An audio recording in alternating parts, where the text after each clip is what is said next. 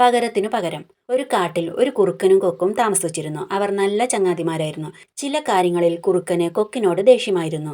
കൊക്കിനെ ഒന്ന് പറ്റിക്കണമെന്ന് വിചാരിച്ച് ഒരു ദിവസം കുറുക്കൻ കൊക്കിനെ ഭക്ഷണം കഴിക്കാൻ വീട്ടിലേക്ക് ക്ഷണിച്ചു. കുറുക്കന്റെ ക്ഷണം സ്വീകരിച്ച് കൊക്ക് അടുത്ത ദിവസം തന്നെ കുറുക്കന്റെ വീട്ടിലെത്തി. തീന്മേശയിൽ വിളമ്പി വെച്ചിരിക്കുന്ന സൂപ്പിനെ ചൂണ്ടിക്കാട്ടി കുറുക്കൻ പറഞ്ഞു, വളരെ രുചികരമായ സൂപ്പാണിത്. ഇത് നിനക്ക് വേണ്ടി പ്രത്യേകം ഉണ്ടാക്കിയതാണ്. എന്നാൽ വിളമ്പി വെച്ചിരിക്കുന്ന പരന്ന പാത്രത്തിലേക്ക് നോക്കി തന്റെ നീളമുള്ള കൊക്കുകൊണ്ട് കഴിക്കാനാകാതെ സങ്കടത്തോടെ കൊക്കിരുന്നു. കുറുക്കൻ സൂപ്പ് വേഗത്തിൽ കുടിച്ചു തീർത്തു. കൊക്ക് സങ്കടം പുറത്തു കാണിക്കാതെ കുറുക്കനെ അടുത്ത ദിവസം തന്നെ തന്റെ വീട്ടിലേക്ക് ഭക്ഷണത്തിന് ക്ഷണിച്ചു. കൊക്കിന്റെ ക്ഷണം സ്വീകരിച്ച് അടുത്ത ദിവസം തന്നെ കൊക്കിന്റെ വീട്ടിലെത്തിയ കുറുക്കനെ സന്തോഷത്തോടെ കൊക്ക് ഭക്ഷണം കഴിക്കാൻ സ്വീകരിച്ചു. സൂപ്പിന്റെ നല്ല മണം മൂക്കിലടിച്ചപ്പോൾ കുറുക്കന് കൊതി തോന്നി. എന്നാൽ കഴുത്തു നീളമുള്ള 2 ജാറുകളിൽ സൂപ്പ് എടുത്തു വെച്ചത് കണ്ട് കുറുക്കൻ അന്താളിച്ചു പോയി. കഴുത്തു നീളമുള്ള ജാറിൽ നിന്നും സൂപ്പ് കുടിക്കാൻ പറ്റാതെ കുറുക്കൻ നോക്കിയിരുന്നു. പക്ഷേ കൊക്ക് വേഗത്തിൽ കുടിച്ചു തീർത്തു. താൻ കൊക്കിനെ പറ്റിച്ചതുപോലെ കൊക്ക് തന്നെയും പറ്റിച്ചു എന്ന് മനസ്സിലായ കുറുക്കൻ നാണിച്ച് അവിടെ നിന്നും സ്ഥലം വിട്ടു.